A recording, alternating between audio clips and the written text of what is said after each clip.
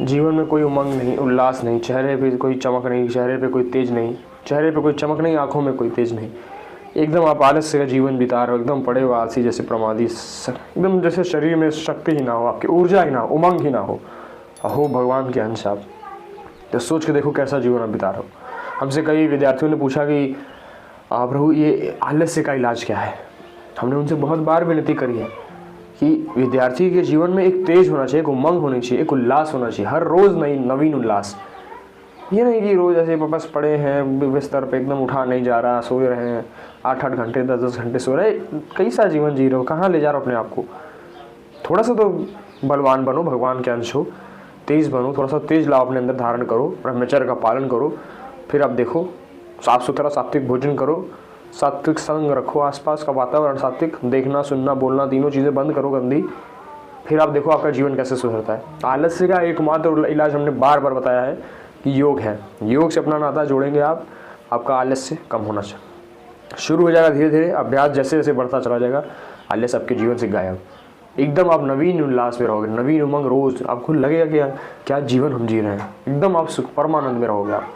आप सोचोगे कि हम पहले कैसा जीते थे, जीवन क्या है, कैसा मर्दों जैसा जीवन। आज देखो हम कितने उमंग में हैं, क्योंकि आपके जीवन में योग और अभ्यास है। आप नियम का पालन कर रहे हैं, आप नाम जप कर रहे हैं, आप भगवत मार्ग पर चल रहे हैं। ये सारी चीज़ें पुष्टि करती हैं आपकी। विनती मानी, बड़ी कृपा है हेतु की कृपा, हम कैसे बताएं आपको। महादेव की इतनी कृपा है, इतने अधम होने के बाद हमारे जैसे लोगों के ऊपर इतनी कृपा, अहेतु कृपा की प्रभु ने, वरना हम तो गिर जाते, हम उठ नहीं पाते, संभल नहीं पाते। तो विनती मानिए, एकदम झुक के रहिए।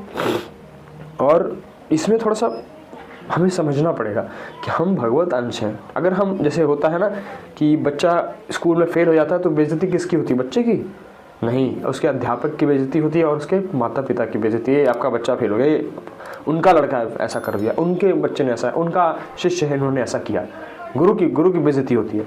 तो ठीक उसी प्रकार अगर हम ऐसे जीवन जिएंगे, ऐसे उल्टे सीधे काम करेंगे और तिलक धारण करेंगे, ऐसे रहे या भी ऐसे भी रहे, तो लोग क्या कहेंगे।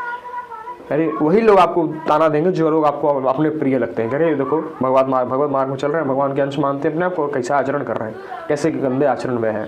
तो किसकी बेइज्जती हो, आपकी बेइज्जती हो रही नहीं, हमारे भगवान का अपमान हो रहा है।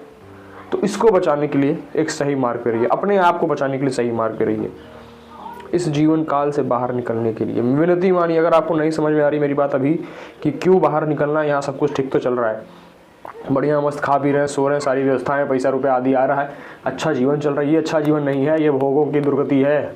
आज भोग में हो, कल दुर्गति पक्की है, फिर यहीं रह जाओगे, फिर जन्म काल से भटकोगे यहीं 84 लाख योनियों में।